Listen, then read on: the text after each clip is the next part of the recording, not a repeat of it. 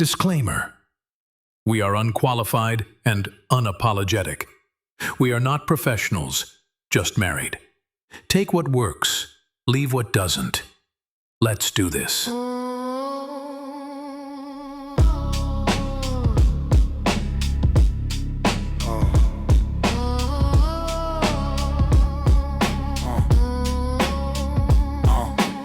Sessions and lessons unscripted.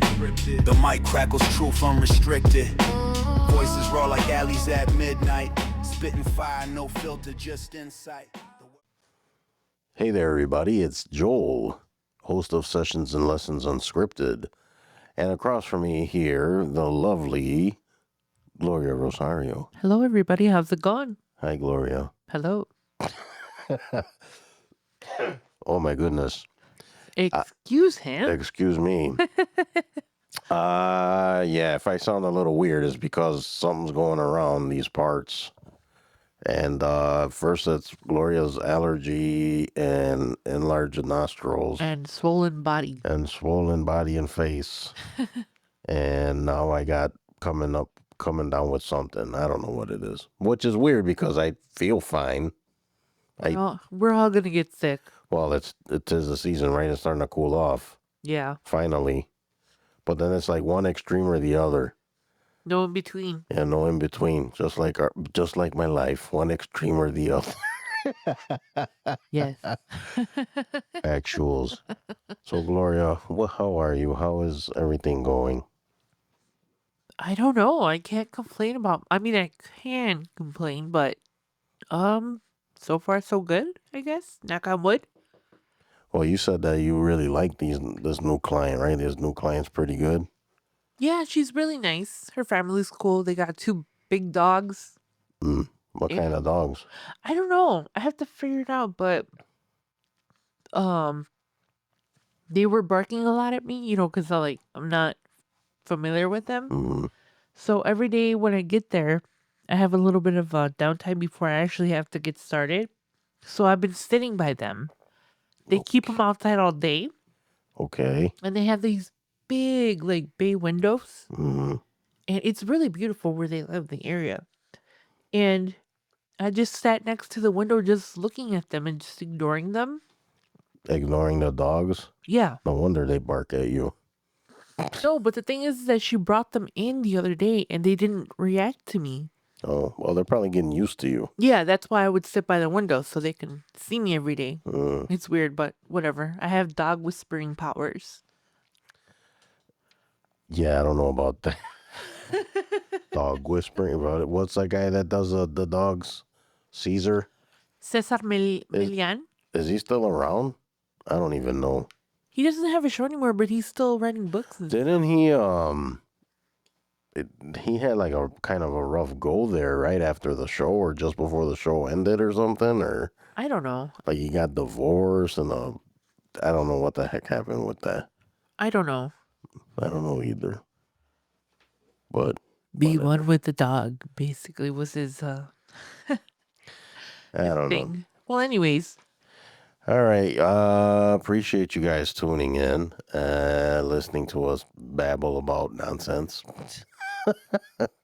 Well, it's not nonsense. I do care about you and your stuff. I have a lot of stuff. Yeah, we do have a lot of stuff. A lot of stuff. A lot.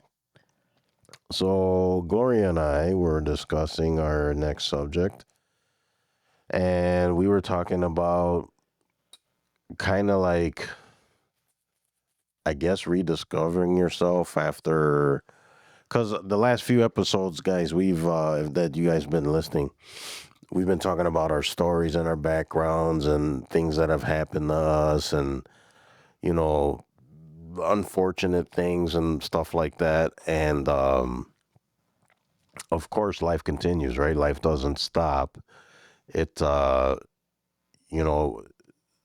we were discussing, like, okay, where do you go from there? You've gone through all this trauma, abuse, depression, alcoholism, drugs, whatever. And where do you go from here? Like, what do you do after all of that? Like, I know I mean, obviously, like with me, with like the depression and the binge eating and um, all of that other stuff, the mental issues or whatever. But I mean, like, what do you do after? Do you have to continue living, right? And then, of course, you want to live the best life you can. Right. And sure, it's not easy all the time, right? Right. Especially if you have mental issues. But um, yeah, I mean, like, where do you go from there? You experienced all this stuff, and a lot of people have, right? So everyone has a story, right? Or everyone has some sort of traumatic, whatever. So it's like, okay, we've suffered through that stuff. Here we are. Now what? Yeah. Right? I guess after a traumatic experience, you kind of have to sit down and kind of reevaluate the situation Uh-huh. and kind of make peace with it. I'm not saying forgive, people who have wronged you or, hurt you or abused you. Not at all. But I'm saying you have to forgive yourself because it's not your fault. And I think a lot of the times when people are abused or molested, what could I have done differently? You know, that type of thinking. And it's like you were a victim, not, you have no fault in it. So I would say that the first step, I think, would be to like learn to forgive yourself. I think I would agree with that. Another thing that kind of popped into my head though is like, and not to minimize or shame anyone, or some of us use that trauma and abuse and stuff from the past bad experiences, whatever, as almost like a crutch, right? At some point, Or yeah. like almost like a badge of honor, like, which I mean, it really is not a badge of honor at all, but it's It's, you know what? It's not a badge of honor. It's war wounds or wounds of war. mhm. You know what I mean? Um, that just makes sense to me. I don't know if it's so much like a badge of honor, but I think it's like you kind of recognize that you're healing and you still have wounds. Like those are wounds that you're gonna carry. But I'm saying people use those as like a crutch, or like best easiest way to put it is they use it as an excuse. Okay. Yeah, that That's what makes I'm sense. trying to getting at. Right. And I mean, I'm guilty. I'm not gonna lie. I mean, I don't know if it's something that people kind of go through by default because you trying to protect yourself, right? So you do it by any means necessary. So even if you gotta use those bad experiences to, use it as a shield, Right. people are gonna do it. Right. So yeah, I mean, I don't know. The part is not to. I guess you can look at it this way: you use it as a tool, but you should. It's in the way you use the tool. Right. I want to ask you something. Hmm. How do you view like your scars or like your do you see them more as like um live and learn type of experience, or do you have like, is it more of a pain? That's an interesting question. I really don't know how to answer that because my life has gone. Obviously, like we stated before, life continues, right? It just keeps moving. It doesn't stop for anyone. Right. And I know people put things off and take things for granted, and then before you know it, You're an here's this, adult. yeah, there's this avalanche Yeah. coming towards you. So how do I view them as like healing? This is how I'm interpreting your question. Do I look at those scars as being healed up, or still a sign of pain, or like Are they still like a reminder of pain, I guess. yeah, like, what would you categorize it in? If you had to categorize it. Oh boy, I can't speak today. Words, Gloria, words. Words. This may not, this may, surprise some people or whatever. Sometimes don't feel like I'm healed all the way. I think it's a process, an ongoing process, I mean, sure, you know. but I'm already middle aged, and it's like, and I know we've discussed this before about having your stuff together, and it's never too late of this or too old this or whatever. But you know,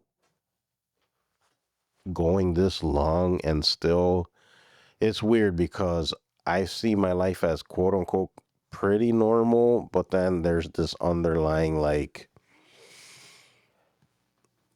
I was gonna say rot, but that's going a little extreme. A little. Yeah. But I'm kind of trying to paint the picture, right? Like on the outward appearances, everything looks surface level looks fine, Right. and it's okay, you're normal, whatever. But then underneath, there's something that needs to be addressed. Right. Like that's kind of how I see it. Okay. So my scars on the outside look healed, right? Yeah. You see the scar, it's healed, it's, closed. But underneath that scar, there's still there's still healing to be done. Right. That's my answer to your question. I think I would answer my question. I see them as battle scars for me. Obviously I'm still working through things, but a lot of things I've learned to kind of not let go, not forgive, but for my peace, forgive the people that have hurt me, when I was a child. I've learned to kind of accept that it happened to me, that it wasn't my fault. So there was a point where I couldn't even talk about it without, Right. crying and just tearing up. And it was hard, Yeah. and eventually it became easier to talk about, That's with a lot of stuff, like even we've touched upon grieving and stuff like that, or losing someone. right, At the time, it doesn't seem like things are going to be better, but they do get better. right. And it's, I don't want to say I completely forgiven the people, but because what they did was wrong. Mhm. Anybody who has hurt me like that is wrong. Like there's no excuse for it. But for my healing, it's like, okay, I can't control what happened in the past. It's already in the past and I've gone through it. Mhm. And I try to use my experiences to help other people. I've met other people who have also been through, sexual abuse and similar situations to you.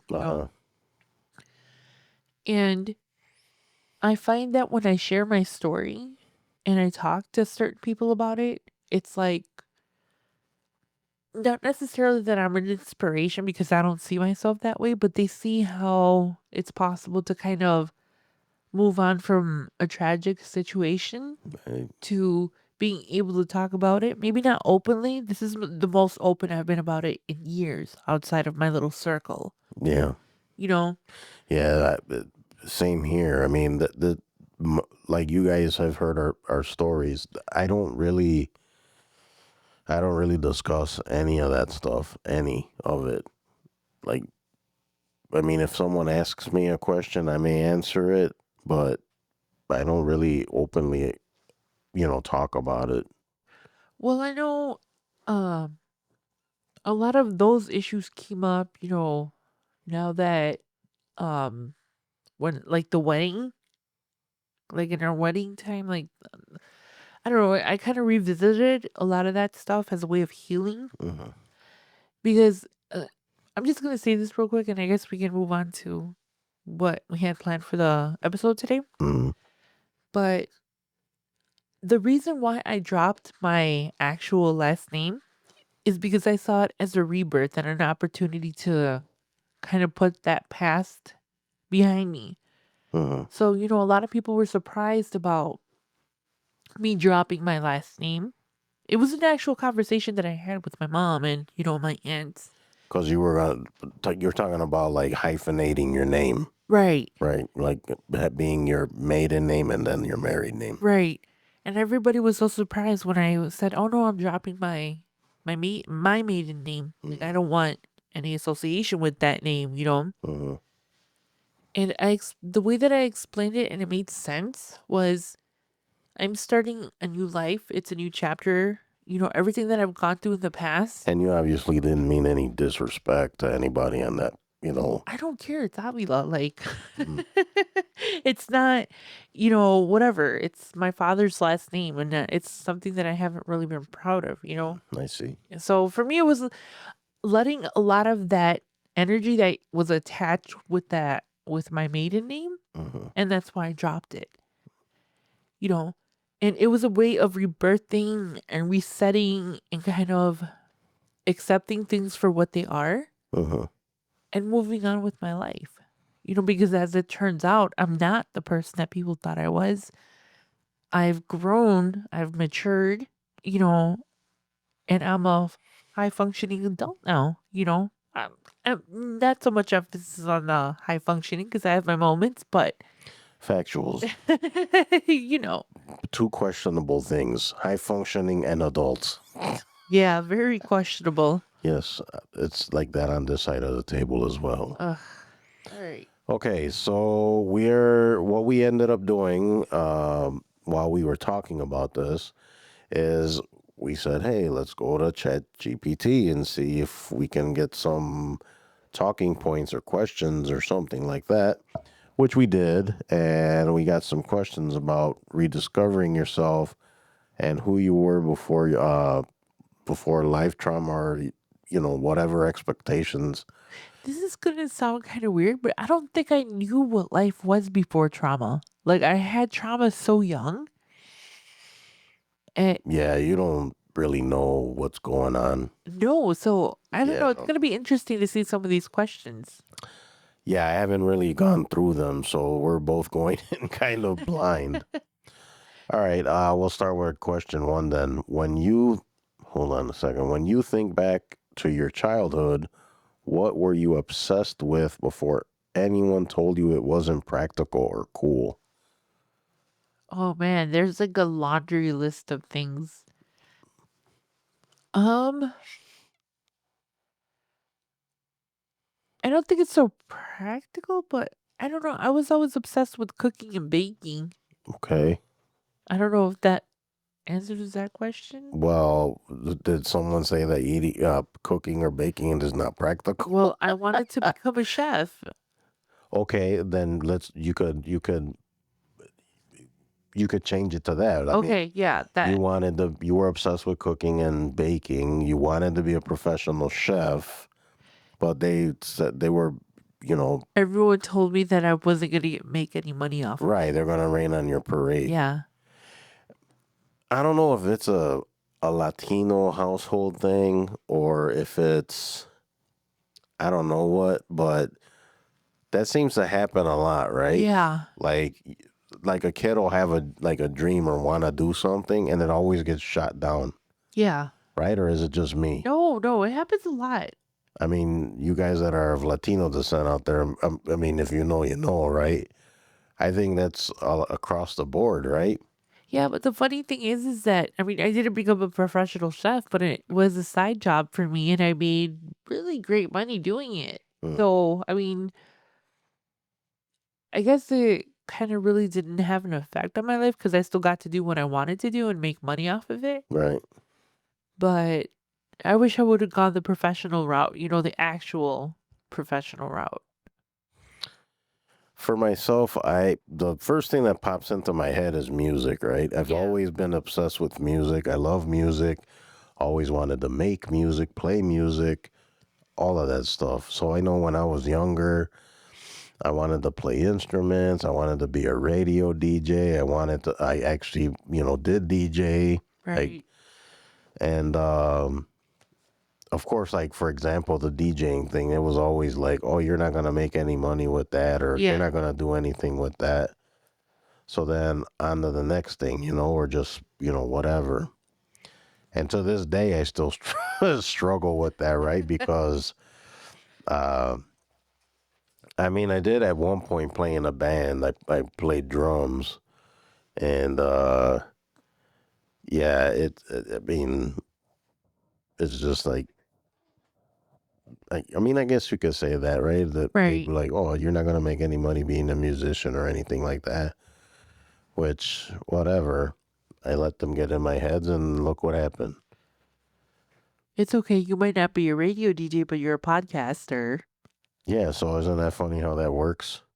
There was a point where I wanted to work in radio, Yeah, me too. and my mom's like, "You have no talent." And I was like, "What? Look at me, Ma. Look at me now, Mom." All right. Yeah. Look at us now. Oh, yes. Okay, we'll move on to the next question. Can you remember the first time you started toning yourself down to keep the peace or fit in? Nope. No, you can't. I don't want to say I always knew I didn't fit in because I felt that I didn't fit in. And I really didn't fit in with most of the people that I were around my age. And, I think it was around when I turned 12. I've talked about that before. I started rebelling like around 12. Right. Yeah, I had enough.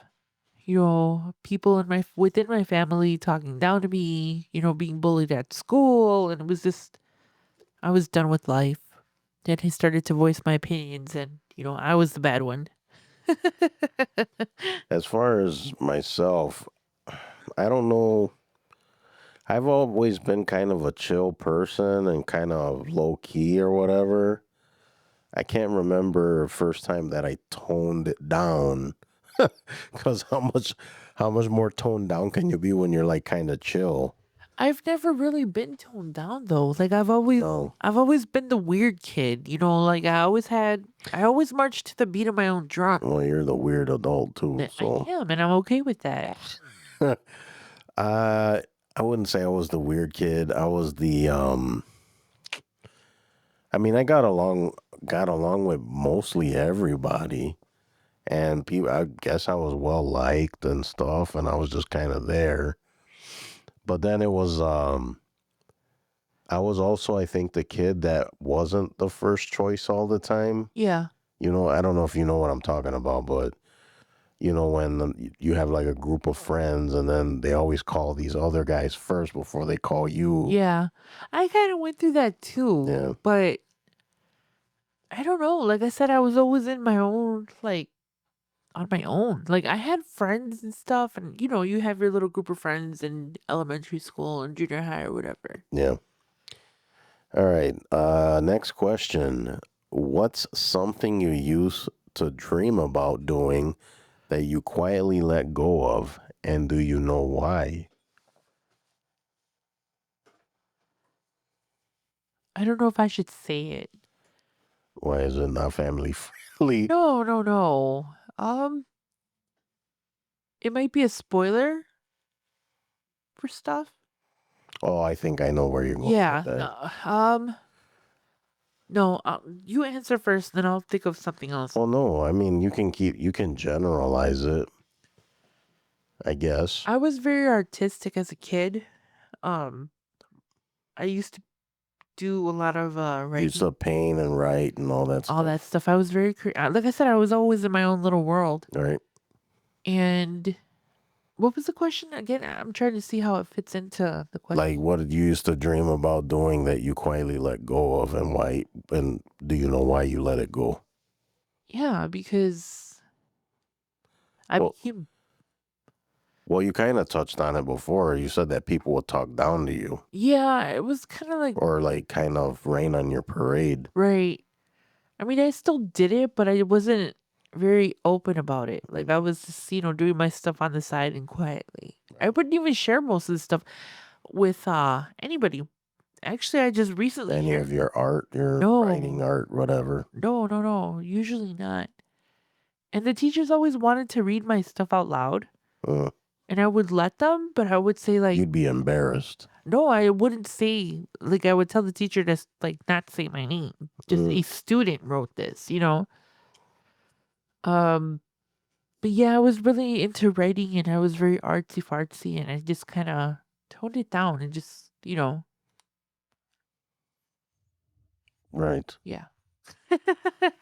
Did I answer the question? Yeah, I think you answered it. For myself, the music thing. I mean, again, that was a dream of mine, and I basically let it go for various reasons.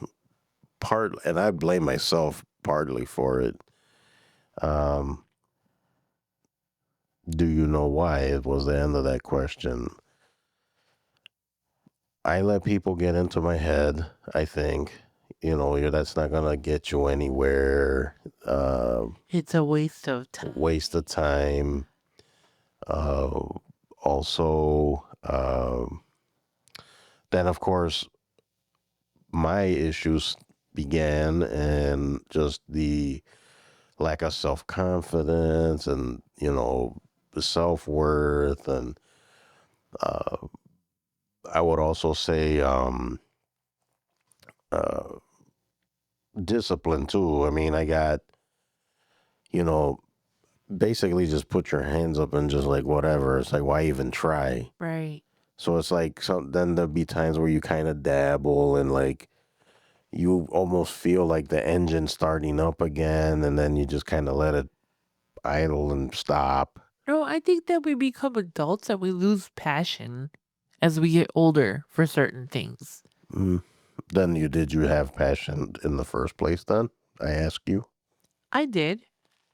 I was very, like I said, I was really into art and writing and, you know, creating things. And I like working with my hands, you know. I find it very soothing, relaxing, you know, whether it's cooking, art, writing, or whatever it may be. Um, yeah, but I think that we get jaded as we get older. That is true. And it's like you said, it's just like, why am I even gonna do this? You know, or Yeah, like I'm already old, and like, why bother? but you develop other interests too as you get older, you know? I mean, I still do my artsy fartsy stuff. That's true. I mean, your tastes change. Yeah. Yeah, I mean, for sure. I get that. All right, so let's see. Next question is, how much of your life right now is built around making someone else proud, even if they're not around anymore? I don't know how to answer that. No, I live for myself now. I stopped caring about who was proud of me and who wasn't, you know. Uh-huh. You have to be your own biggest supporter. You have to be your own cheerleader. You have to, it starts with you and what you want to accomplish. Right. Because as we've seen in the past, our behavior patterns, you know, we let people distract us from what we want to do, you know, or what we love to do. Right. So I don't, nowadays, it's been like this since I can't even count, you know. I don't care what anybody thinks. I don't care about opinions, rumors, all that stuff. I always say how you think about me or what you think about me and how you feel about me is not my business. Like I don't care. It has no bearing in my life. If you don't pay my bills and you don't have my phone number and you don't see me on a daily basis, you don't know me. Point blank. That's enough. I'm kind of agreeing with you, and I'm kind of on the same page as far as caring what other people think or anything like that. And of course, the older you get, the less you give a crap, right? Isn't that the truth? Right. So, and a lot of you guys out there listening that are older, maybe Gen Xers or whatever, kind of relate to that, right? The older you get, the less you care, and you're just gonna do you, and forget everything else. For sure. But I'm gonna admit something right now, and I think there is a little bit of me, a little piece of me that still want to do stuff to make people proud, Mm. or not validation. Maybe some people will jump on me and say, yeah, you're looking for validation. And maybe that's what it is. I don't know what you want to call it, but I would say there's a little bit of that there. Just a little bit, not much. But I think it's more residual than anything. Yeah. And then the reason why it's not a lot, it's a little bit, is because it's fading away, especially the older I'm getting. Yeah. But it's still there, like the residue, I get it. It makes sense. right? Yeah. Okay, let's see. Let's try this next question. Before life got heavy, what did being you actually mean? Being free. Explain. Freedom. I have always had, I don't know, my mom always said that, okay, so I had a conversation with my mom a while back ago. My family was going through something with one of my siblings. You know what I'm talking about. Yes. I'm not going to say it, but Yeah, we won't put people on blast. no, but I got agitated because I feel like things could have been handled differently because I went through a lot of things and I had to fix a lot of things by myself being a teenager, And I was so frustrated because this other person just, couldn't get it together, Right. And my mom said something that caught me off guard. She told me that things are easier for me because I'm strong and I've always been strong-willed. And those words have never come out of my mom, like ever. I didn't know that she viewed me like that. And I was like, what do you mean? She's like, you were born kicking and screaming. And she's like, and you haven't really stopped, like you're a strong person. And it felt good that my mom kind of acknowledged that. But it felt weird because I'd never heard her say that to me, you know? And it's weird. I've always had the spunk. Like, I've always, you know what I mean? So I don't know how to answer that. Well, I think you kind of answered it. Okay. I think. What was the question? Well, before life got heavy, what did being you actually mean? Oh, being free to me. Which I was thinking about that. I mean, it's when you're younger, you're not as burdened, I guess. That's my answer. I To mean, me, I always had something against authority. I didn't care who it was. I didn't that's want the truth. Yeah, and I'm still that way. I don't like to be told. She don't like to be told what to do, people. I don't. And the thing is, it's like, even with cooking, like, you know what I mean? I have to be in the mood to, like, cook. If you tell me go cook something, I'm just gonna make any random thing, but when I want to cook, you see the difference. You know what I mean? Yeah, I don't like to be told what to do in that sense. You do things under your terms. My terms, yes. Mm-hmm. Either get with it or ship out. That's my. She's looking at me like with a daring, like, I dare you I to dare say you something. to say something. Who, me? Yes, Say you. something? Of No course. way. Oh, please. Little old me. Yeah, so my answer would be pretty much the same. I mean, yeah, when you're younger, it's not, you're just you. You're doing you. Yeah. And then you start living for other people, and then You lose yourself. Yeah, you do. And then you get older, and then you're starting to be like, F it all. Like, I don't care. Yeah. It's weird. Okay. If you stripped away your job, your roles, your titles, who's left underneath all that? I don't know. I don't know how to be not one of those things, if that makes sense. Okay, explain.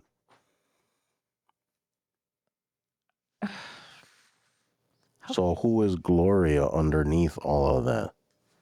I'm a lot kinder and gentler than people give me credit for. Okay. First. But I don't like not being in control. Like, I don't know. Okay. I don't know what it's like not to take care of things, not to take care of people. Well, that's what you are, a caregiver. Well, yeah, but I'm talking about like my family. Like, I've always said that I've always carried my family on my shoulders, Right. and as the oldest, that's my role. Mm-hmm. Like, I've been me for so long that I don't know how to be not one of those things, if it makes sense. I think so. Does it? I think so. Okay. I hope it makes sense with the listeners. Don't confuse them. I don't know. It's just, No, I think I know what you're saying. yeah, because people have told me in the past, like, do you take care of yourself? And I was like, yes. Uh-huh. Making sure that everyone else is taken care of makes me feel safe. Okay. Does that make sense? I think so. And if something is off with someone, Mm-hmm. it throws me off. And I'm so weird like that because I'm so used to like being in control of everything that if I don't have, I don't, control is like the wrong thing, the wrong word, I think. Mm-hmm. I don't know. It's okay. That's who I am at my core. I'm a very caring person. And, people think a lot and I've been told this a lot, Mm. that some people think that, I'm mean or I could be mean or like, especially like in my family, because I've always been guarded with Well, my I think family. too, you kind of touched on it in the past that they have this perception of you already. And this is like you said yourself, you're a grown ass woman, you're in your 40s. It's like they're still thinking you're that 20-something-year-old raising hell, and you're not. No, it's like sometimes I feel that people like tiptoe because they don't want to like agitate me, but it's all in the way that you approach me. Well, that goes with anyone, no? Yes and no. I'm very particular when it comes to my family. Like, I'm more likely to let a stranger talk crazy to me than one of my family members, Right. if that makes sense. Mm-hmm. Yeah. I think I answered that. I don't know All if right, I did. we'll go with that. Yeah. For myself, if you stripped away my job, my roles, and my titles, who's left? The answer might surprise some of you. The first thing that comes to mind is, well, the first word that comes to mind is vulnerable. Right. Hurt.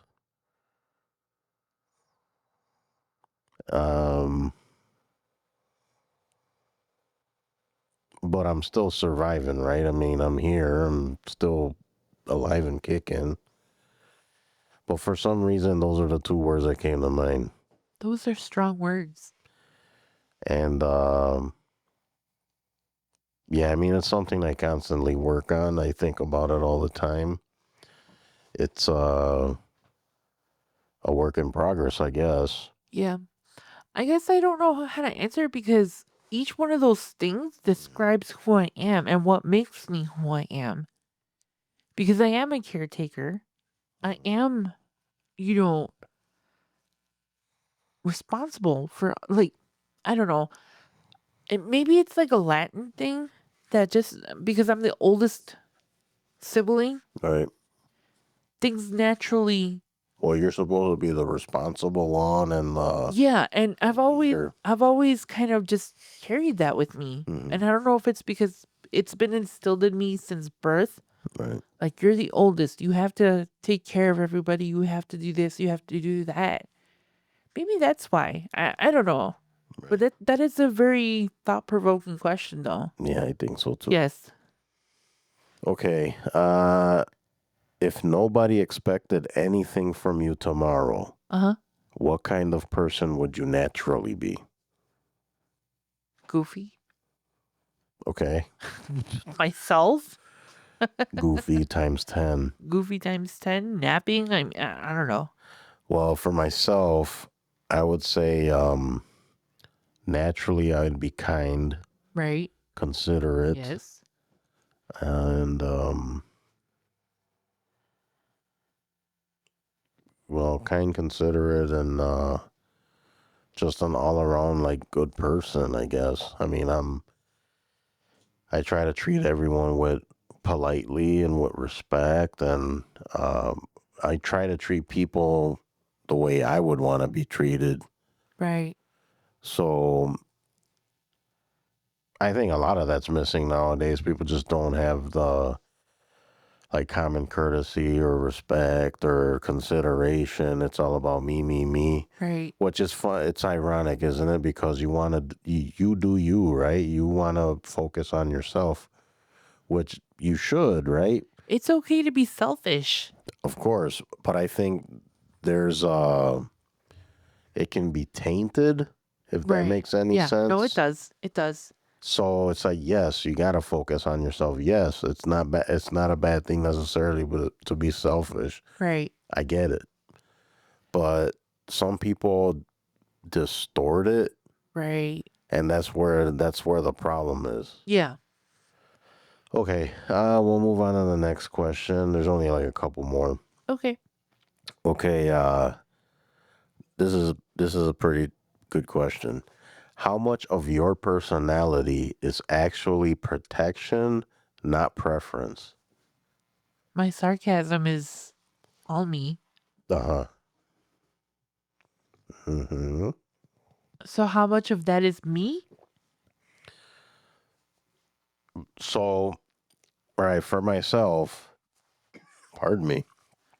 Uh, so I'm usually kind of goofy and sarcastic, and I'm a weird creature, I'm telling you, because I'm like an introvert and an extrovert all at the same time. You beast. Yes. So, I kind of touched on this before, right? So, like, for example, the self-deprecating stuff, Yeah. right? I do it because I'm being sarcastic and funny, Right. but I also use it as a shield, Right. because if I can make fun of myself and not take myself too seriously, Right. then whatever this person says to me or whatever throws my way, that's not going to bother me Right. because I already said it. Yeah. But at the same time, it gives them license to be, Douchebags. disrespectful. Right. So that's kind of what I think that question is. And that's my personal thing. I don't know. I think I'm the same way. I use sarcasm as kind of my protection. Yeah, or like laugh at stuff because it's like, what else am I?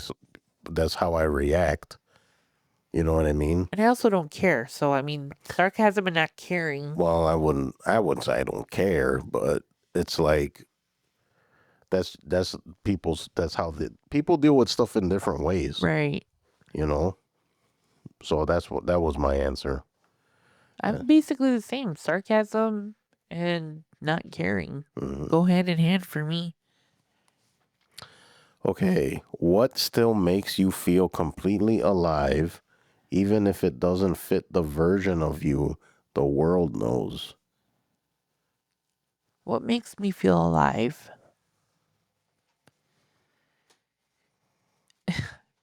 You're gonna think I think it's silly. Not silly, but honestly, being in nature Mm-hmm. is when I feel the most alive. Okay. I know people have called me like a tree hugger in the past, Mm-hmm. but I genuinely get a sense of just freedom, stillness. Like, I don't know. I think nature, being out in nature is my biggest. Okay, it makes you feel alive. Yes. And then why would you say it doesn't fit the version of you that the world knows? Because everybody thinks of you what? As this ogre? Yeah. As an ogre, as a biznatch. And then they wouldn't think you'd like sit there and I like, just chill and I enjoy my peace, my silence. And because I'm so loud and I could be obnoxious sometimes. no. Yes. No way. No, I mean, I have my moments, you know. I go through stuff too. I'm human. I'm a human. You're a human. Yes, but actually, I feel most alive when I'm in nature and just silent and still. For myself, what makes me feel completely alive? I don't really know how to answer that, to be honest with you. And then one of the first things that popped into my head is I hate to keep bringing this up, but music, right? Like, if people heard some of the music I listen to, they'd be like, "What's wrong with you?" Because like I lean towards heavier music, and I mean I love all kinds of music. Don't get me wrong, but and it as ironic as it sounds, like the heavier and noisier, the more it relaxes me. Like No. after a long day, and you put something on, and it's just like, No, but I kind of get that too because I mean, I'm not into like the deathcore metal stuff that you're into, but I do like a little bit of heavier stuff, you know? yeah. All right, one more question, and then we need to make like a tree and leave, or make like a tree and get out of here. All right, sorry guys. Okay, this is the big one. You ready? Yeah. What would it look like to come home to yourself, the raw, unfiltered version, not the polished one that you've been working on? What? What would it look like to Yeah. come home to yourself, the Uh-huh. raw, unfiltered version, not the polished one you've been working on? Okay. I'm going to ask you, when you walk in the door, how do I approach you? When what? Okay. When you walk in the door, how do you approach me? No, when you walk in the door, when you're coming home from work, from the store or whatever, and I don't go with you or you're at work and you come home, how do I approach you? With loving arms. And I'm jumping, I'm happy to see you, Yeah. you know, kissy face, all that stuff. hmm And that's how I would welcome myself home. Yeah. That's how I would welcome myself. Yeah. But it's okay. It's saying the raw, unfiltered version. So, So that is the raw. You think I could go around? well, yeah, because, and we kind of, like I talked about it before, right? It's like two different worlds, the outside world and the world in here. Right.